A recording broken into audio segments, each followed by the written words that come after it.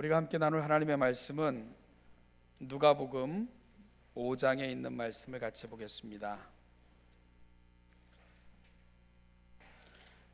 누가복음 5장 주보에는 31절부터 39절로 되어 있는데요, 오늘 31절, 32절 두 절만, 31절, 32절 두 절만 우리가 한 목소리로 같이 읽겠습니다. 31절, 32절입니다. 시작. 예수께서 대답하여 이르시되 건강한 자에게는 의사가 쓸데없고 병든 자에게라야 쓸데있나니 내가 의인을 부르러 온 것이 아니요 죄인을 불러 회개시키러 왔노라. 아멘. 지난주에 우리는 세관에 앉아있는 레위 또는 마태라 불려지는 그 제자를 부르시는 장면을 묵상해 봤습니다. 예수님의 부르심을 받았을 때에 마태는 모든 것을 버려두고 예수를 쫓았다, 그렇게 기록하고 있습니다. 그리고 이어서 마태는 자신의 집에서 예수를 위하여 큰 잔치를 베풀게 됩니다. 그 잔치의 자리에는 자신의 동료들과 그리고 많은 동네 사람들까지 함께 초청하여 벌였던, 그래서 Great Feast라고 이렇게 영어 성경은 번역하고 있을 정도로 큰 향연을 마태가 벌였던 것을 우리가 보게 됩니다. 저는 이 잔치의 성격을 송별회라 이렇게 표현해 봤는데요, 지금까지 살아왔던 삶과의 이별, 지금까지 붙들고 살았던 잘못된 가치관과의 결별, 그리고 불이하게 번 돈과 그리고 죄를 지을 수밖에 없었던 직업과의 결별, 이것이 바로 마태가 벌였던 그 잔치의 본질이었다, 저는 그렇게 설명을 했습니다. 그리고 저와 여러분, 우리 역시 이러한 송별회를 이미 치른 사람들이거나 아니면 준비하고 있는 사람들이라고 말씀을 드렸었습니다. 우리에게 있어서 세례가 바로 그런 의미를 갖고 있습니다. 우리는 세례를 통해 내 존재가 그리스도 안에서 새롭게 태어났음을 의식을 통해 고백을 했고요, 그것도 모든 성도들 앞에서 우리가 이 거룩한 예식을 거행했지 않습니까? 공적으로 선언했던 거예요. 내가 새롭게 태어났다는 거. 그리고 이후부터는 내가 새로운 가치관, 새로운 인생관, 새로운 삶으로 살겠다고 하는 다짐을 모든 성도들 앞에 공적으로 선언했던 것입니다. 바로 마태가 벌였던 큰 잔치를 저와 여러분들도 이미 벌였던 것이지요. 마치 마태가 예수를 만났을 때 큰 잔치를 벌여서 자신에게 되어진 위대한 변화와 결심을 공적으로 선언했던 것처럼 저와 여러분들도 그런 순간을 경험했거나 또 경험하게 되실 거다, 이 말씀을 드리는 겁니다. 캐나다 연합교회에서 진행되는 예배에서 이렇게 세례가 집행되는 것을 이렇게 경험했던 적이 있습니다. 그곳은 그 침례교가 아님에도 불구하고요, 세례 때는 큰 욕조가 이렇게 설치가 되었고요, 그리고 이렇게 이렇게 미주 쪽에 있는 교회들을 이렇게 살펴보면 이 강단 뒤에 아예 욕조가 이렇게 설치되어 있는 그런 교회도 굉장히 많습니다. 그 교회에서 진행되는 이 세례 예식 중에 가장 인상 깊었던 장면이 있었어요. 그건 뭐냐 하면, 저희도 한번 그런 세례를 꼭 해보고 싶은데, 세례를 받는 자들의 고백 혹은 가족의 고백이 이렇게 함께 어우러져 이제 세례 예식이 진행이 됐는데요, 세례를 받는 아들을 향해 아버지가 보내는 메시지도 있었고요, 그때 무엇보다도 감동적이었던 것은 남편을 향해 세례받는 아내가 했던 고백을 아주 되게 생생하게 기억을 합니다. 그 여인은 자기가 이 알코올에 중독되고 그리고 약에 의존해서 살던 시절, 가족으로부터 버림받고 그리고 이혼당하고 그런 삶을 살 수밖에 없었을 때, 정말 피폐된 그런 인생을 살고 있을 때 지금의 남편이 다가왔다고 고백을 했어요. 그리고 그의 헌신과 사랑을 통해 자신의 삶이 회복됐고 바뀌었고 오늘 여기에 이 영광스러운 자리에 이르게 됐음을 그 남편을 바라보면서 이렇게 고백을 했습니다. 그러면서 그 남편을 향해 진한 감사와 존경, 사랑을 고백했고요. 그리고 남은 생애를 그리스도를 위해 살겠다고 하는 그 눈물 어린 고백을 이 세례의 자리에서 고백하는 그 여인을 이렇게 지켜보면서 굉장한 감동이 있었습니다. 이게 세례구나, 이런 걸 느끼게 됐었죠. 세례는 내게 되어진 변화, 신분의 바뀜, 그리고 이제는 그리스도와 더불어 살겠다고 하는 그 거룩한 다짐을 공적으로 선언하고 고백하는 그런 위대한 그 의미가 담겨져 있습니다. 세례는 바로 거룩한 다짐인 거예요. 그래서 우리는 세례를 성부와 성자와 성령의 이름으로 받는 겁니다. 그분으로 말미암아 되어진 위대한 변화, 그리고 이제는 성부와 성자와 성령과 더불어 그분을 위해 살겠다고 하는 고백을 하나님 앞에 담아 드리는 겁니다. 여러분 이미 세례를 받으셨거나 받아야 되는 분들, 이 의미를 놓치지 않기를 간절히 소망합니다. 자, 여러분, 그러면 그 다음에 뭐가 필요할까요? 세례 다음에 큰 잔치 뒤에, 위대한 선언 뒤에는 무엇이 필요할까? 이 위대한 결심과 선언이 내 안에서 희미해지고 희박해지고 사라지지 않도록 지속적으로 유지하는 것이 매우 중요한 그런 과제로 남게 됩니다. 그러면 무엇이 이 일을 가능하게 할까? 내게 되어진 이 위대한 변화와 은혜를 무엇을 통해서 지속적으로 우리는 유지하며 살 수 있을까? 여러분, 바로 성찬입니다. 성찬. 그래서 교회는 두 개의 거룩한 예식으로 세례와 성찬을 그렇게 삼고 있죠. 무엇보다도 이 두 교회의 거룩한 예식의 기원을 주님으로부터 찾습니다.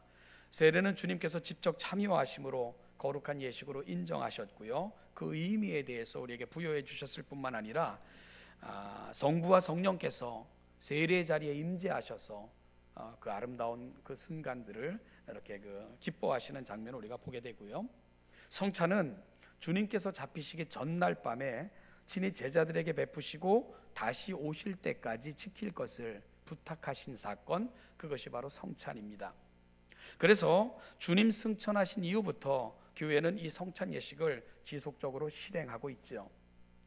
그것도 초대교회는 모일 때마다 떡을 떼고 포도주를 나누면서 주님이 부탁하신 것, 그리고 그들에게 부탁하신 그 의미를 지속적으로 확인하는 그러한 일들을 초대교회는 끊임없이 했습니다. 그리고 그것이 바로 교회의 전통으로 교회에 남아있게 된 것이고요. 그래서 이 개혁주의 교회에서도요, 성찬을 예배의 아주 중요한 요소로 이렇게 취급을 합니다. 그래서 엄밀한 의미에서 성찬이 포함되지 않는 예배는 공적인 예배로 취급 안 할 정도로 이 성찬은 개혁주의 예배에서도 매우 중요한 요소를 차지하고 있습니다. 물론 현대교회에서 이 성찬 예식을 매주 행하기가 어렵고 또 매주 행하다 보니까 그 의미가 좀 퇴색되기도 하고, 그래서 지금은 그 특별한 시간과 장소에서만 거행되는 그런 안타까움이 있지만, 그럼에도 불구하고 성찬은 결코 소홀히 취급되면 안 되고, 성찬은 또한 잊혀져서도 안 되는 주님의 부탁이고 교회가 가지고 있는 아름다운 전통인 것을 우리가 여전히 기억해야 됩니다. 자, 그렇다면 여러분이 성찬의 참 뜻이 뭘까요? 왜 성찬 예식을 거행하는 날도 아닌데 성찬을 오래 설명하느냐? 오늘 본문을 통해서 바로 주님이 마태를 만나신 그 사건 속에는 이 세례와 성찬의 의미가 다 담겨져 있다는 생각을 했기 때문에 제가 이 말씀을 드리고 있는 겁니다. 여러분, 성찬의 참뜻이 뭐냐? 연합입니다. 연합. 그리스도와의 거룩한 연합, 즉 주님과 더불어 주님과 함께 주님의 임재를 경험하며 살겠다고 하는, 즉 내 안에 되어진 이 은혜를 간직하고 지속적으로 누리며 살겠다고 하는 그 거룩한 자리로 나아가는 시간, 이것이 바로 성찬이 갖고 있는 중요한 의미입니다. 저는 이 성찬 예식을 제정해 주신 주님의 마음이 뭘까, 이런 생각을 한번 해봤어요. 그것도 주님이 성찬 예식을 거행했던 시간이 어찌 보면 좀 절박한 시간 아니겠어요?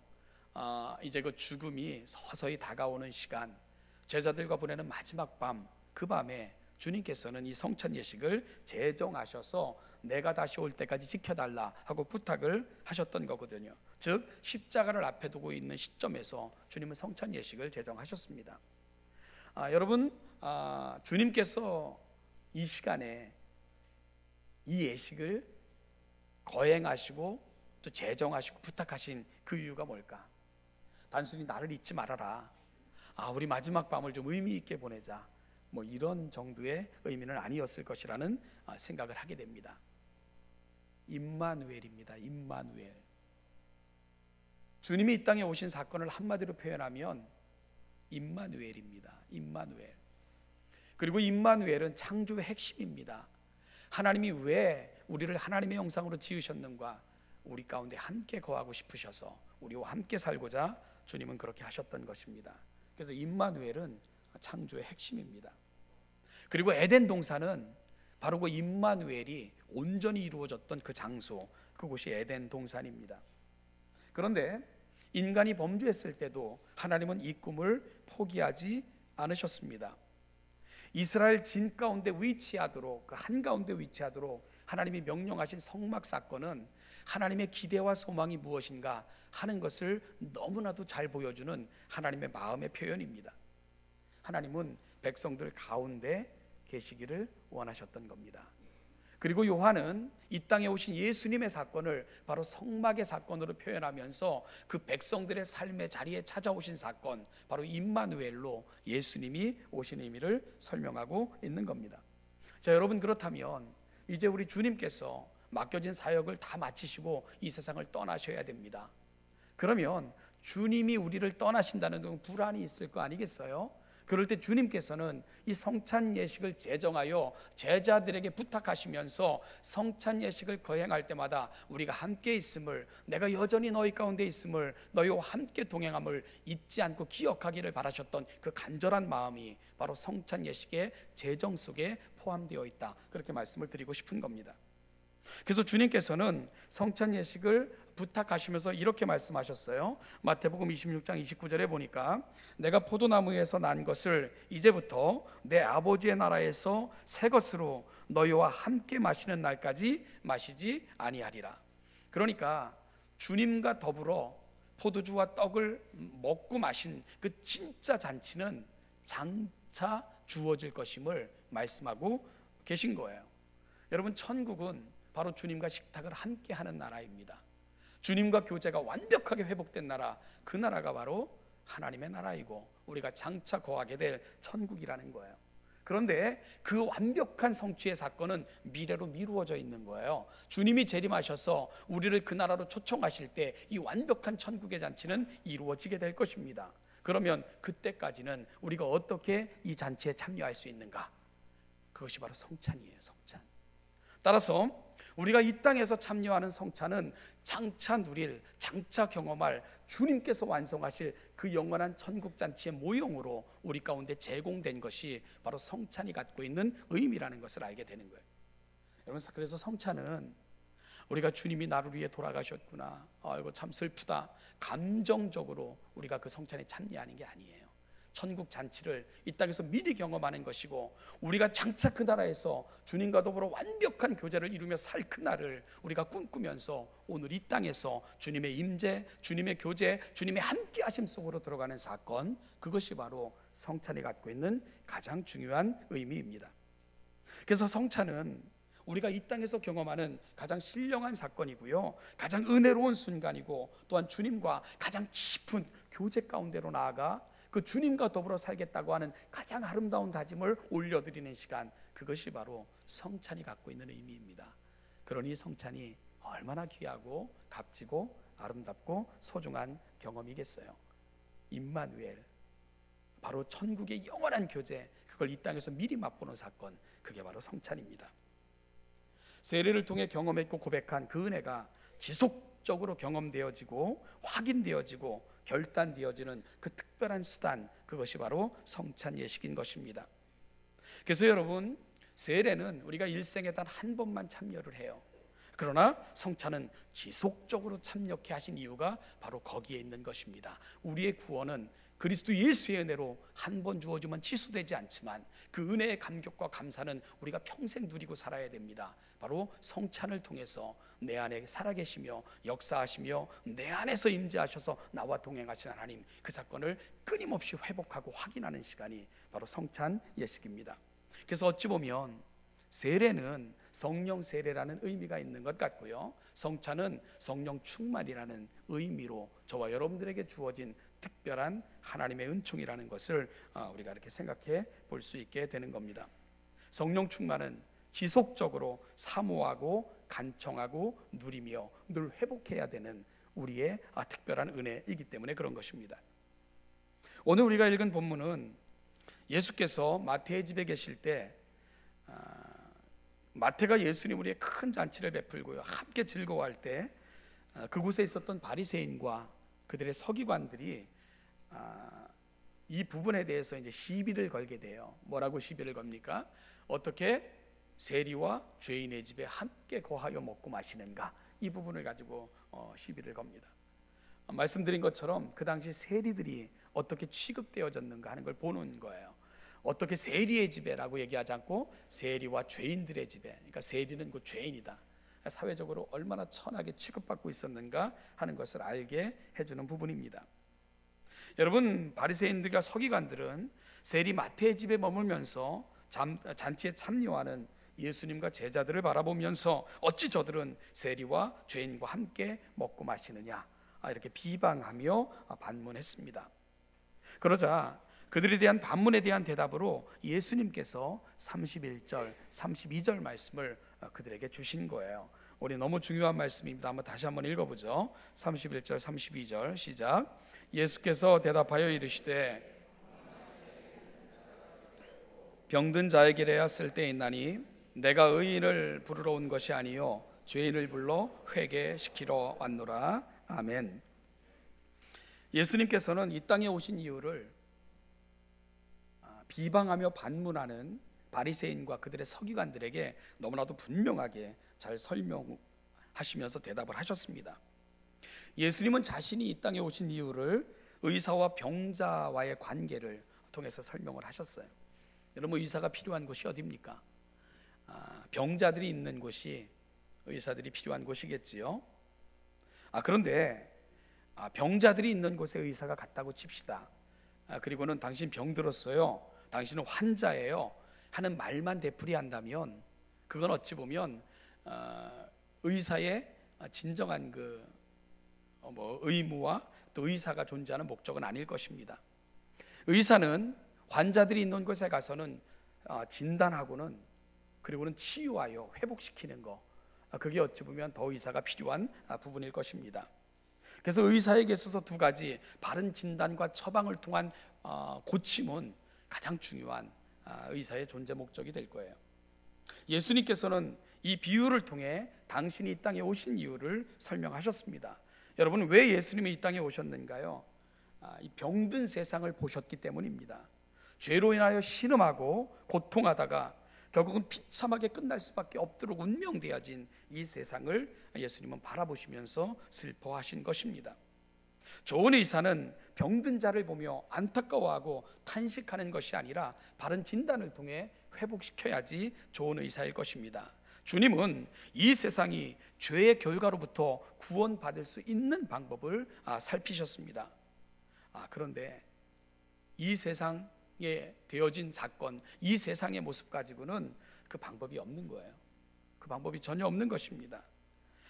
오직 한 가지 방법이 있다면, 그 유일한 방법이 있다면 그건 죄 없는 자가 죄 있는 자의 죄를 대신함으로 죄 있는 자로 하여금 죄 없는 자유함을 누리게 하는 것, 그것 외에는 방법이 없는 건데, 그 방법을 이 세상에 찾았을 때 이 세상에서는 그 역할을 감당할 사람이 아무도 없었던 것입니다.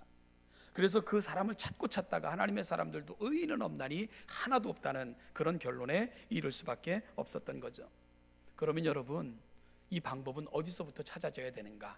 하나님 스스로에게서 이 방법을 찾으실 수밖에 없었던 것입니다. 그래서 예수님께서는 죄 없는 인간으로 이 땅에 오셔서 결국은 죄 많은 죄인들의 죄를 자신의 죄로 삼으셔서 대속하시고는 죄 있는 우리를 죄 없는 자라 인정하시고 하늘의 영원한 자녀의 자리로 인도해 주셨던 것입니다. 우리는 누가복음을 펴면 예수님의 탄생 이야기를 아주 길게 설명하는 누가를 만나게 됩니다. 여러분, 누가가 예수님의 탄생 이야기를 이토록 길게 설명하는 이유가 뭐라고요? 바로 오늘 이 본문을 설명해 내기 위해서예요. 바로 오늘 이 본문, 왜 예수님께서 이 땅에 오실 수밖에 없었는가? 죽을 자격을 얻기 위해 그렇게 하신 거다. 이게 누가의 설명이에요. 결국은 많은 사람들의 시비거리, 그리고 지속적인 비방거리가 되는 동정녀의 몸을 빌어 이 땅에 오실 수밖에 없었던 이유, 죽을 자격을 얻기 위해 하나님이 그 방법을 취하신 겁니다. 왜냐하면 죄 없는 자로만 죄 있는 자의 죄를 대신할 수 있는 공의를 충족시킬 수 있는 방법은 그것밖에 없기에 하나님께서는 죽을 자격을 얻기 위해 동정녀의 몸을 입고 이 땅에 오셨고, 그리고 우리의 모든 죄를 자신의 두 어깨에 짊어진 채 죄 있는 자가 되셔서 비참하게 죽으심으로 우리를 그 영원한 죄와 죄의 결과로부터 구원해 내셨던 것입니다. 이것이 바로 의사로 이 땅에 오신 우리 주님의 모습입니다. 주님은 환자인 우리를 불쌍히 여기시는 듯 지나치지 않고 우리를 진단하시고는 우리를 구원할 방법을 친히 찾아내시고 그 구원할 방법으로 자신이 죽음으로 우리를 구원하실 그 방법을 완성해 내셨던 것입니다. 그래서 주님은 자신이 오신 이유를 이렇게 설명하셨어요. 죄인을 불러 회개시키러 왔노라. 여러분, 죄인을 부르는 것에 지나치 않고 회개시키러 왔노라. 회개라는 것, 그것은 하나님의 자녀의 자리로 그들을 이끌어 그 하나님의 자녀가 되게 하고자 오신 거다 하는 것을 그렇게 설명해 내고 계신 겁니다. 다시 한번 말해볼까요? 의사가 환자들이 있는 곳을 알았습니다. 그래서 그곳으로 달려갔다고 칩시다. 여러분, 그럼 왜 달려가는 걸까요? 고치기 위해, 살리기 위해 달려가는 거예요.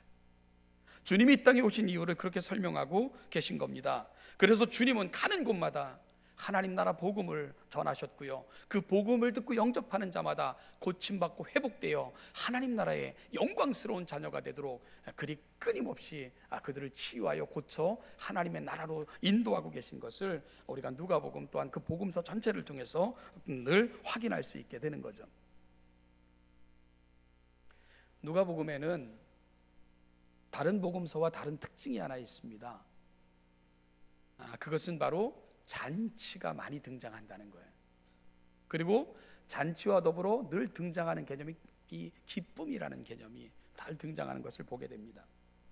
마태가 벌인 잔치가 있고요, 누가복음 19장으로 가면 또 삭개오가 벌인 또 잔치가 있어요. 그런가 하면은 누가복음 15장으로 가면 유명한 세 가지 비유가 나옵니다. 잃은 양, 잃은 드라크마, 잃은 아들. 그런데 잃은 양을 찾든 잃은 드라크마를 찾든 잃은 아들이 돌아오든 무엇으로 끝납니까? 잔치로 끝나요. 잔치로. 물론 어떤 잔치는 구원받은 그 감사가 잔치를 만들어내기도 하지만 또한 누가복음 15장의 잔치는 잃은 것들을 찾은 주인이 벌이는 잔치, 그 성격의 차이는 있지만, 그러나 누가복음에 나타나는 모든 잔치의 특징은 잃어버렸다 찾은 것에 대한 기쁨, 그것이 바로 잔치로 연결되고 있다는 것을 우리가 확인할 수 있게 됩니다. 잔치를 벌이는 대상이 다름에도 불구하고 이 모든 잔치의 공통점은 잃어버렸다가 찾은 그 감사와 감격이 큰 잔치, 그리고 그 잔치에는 늘 기쁨이 충만한 것을 우리가 발견할 수 있게 됩니다. 바로 주님으로부터 부르심을 받아 그를 영접함으로 그분의 백성들이 된 자들이 벌이는 천국잔치, 여러분, 그것이 바로 누가가 보여주고 싶은 가장 아름다운 장면이고, 어찌 보면 오늘 이 교회들을 향해서 누가가 전하는 메시지가 그겁니다. 교회는 잔치가 계속돼야 된다. 그게 메시지예요. 교회는 잔치가 계속돼야 된다. 여러분, 그 잔치가 어떤 잔치입니까?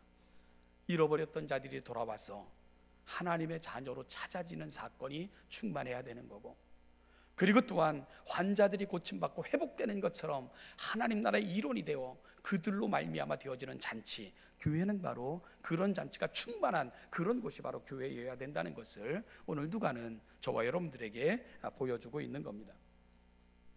사랑하는 신혼여담교회 성도 여러분, 우리 모두는 한때 다 세리였는지 모릅니다. 관원에 앉아 있을 때 그렇게 살면 영원히 멸망받을 수밖에 없는 그 길을 인식하지 못하며 살아갈 때 예수님이 우리의 삶의 자리에 찾아오신 거예요. 그리고는 우리를 향하여 나를 따르라 말씀하신 거예요.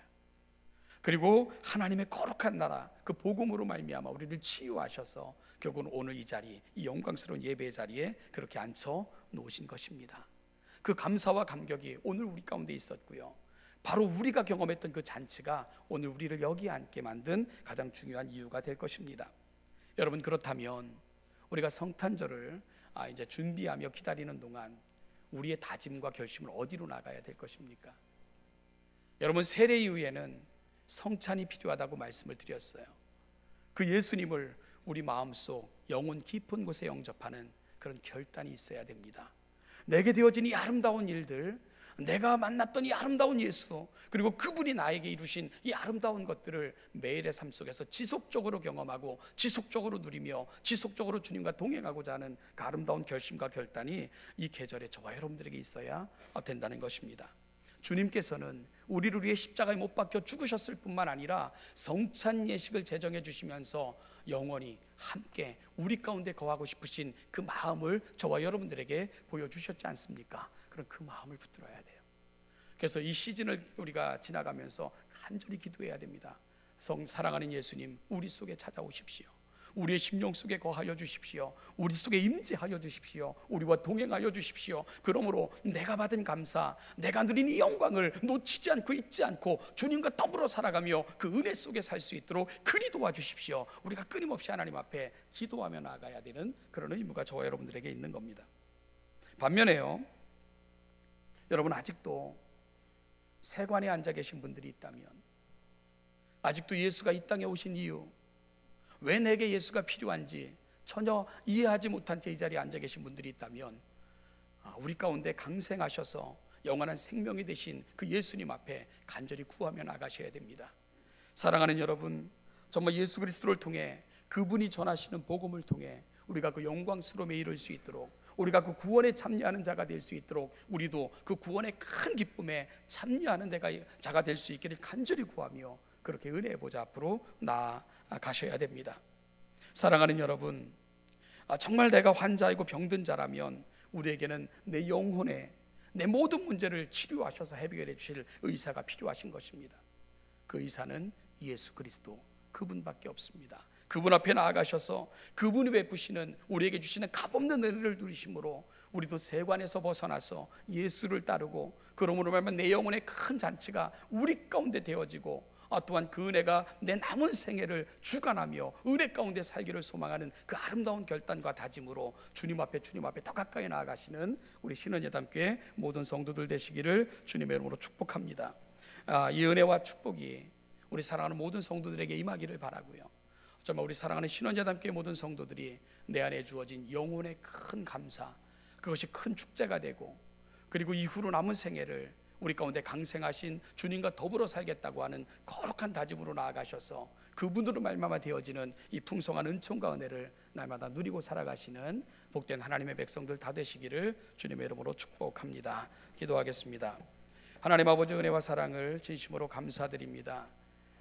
오늘도 이 아침 사랑하는 백성들을 이 자리로 불러주셔서 오늘 우리 가운데 되어진 이 아름다운 사건, 성탄의 의미와 성탄의 기쁨과 감사를 다시 한번 묵상하는 가운데 오늘 우리에게 이 생명 주시고 은혜 주신 하나님 앞에 어떻게 살아가야 될 것인가를 다시 한번 돌아보며 묵상하는 시간을 허락하여 주신 것을 감사합니다.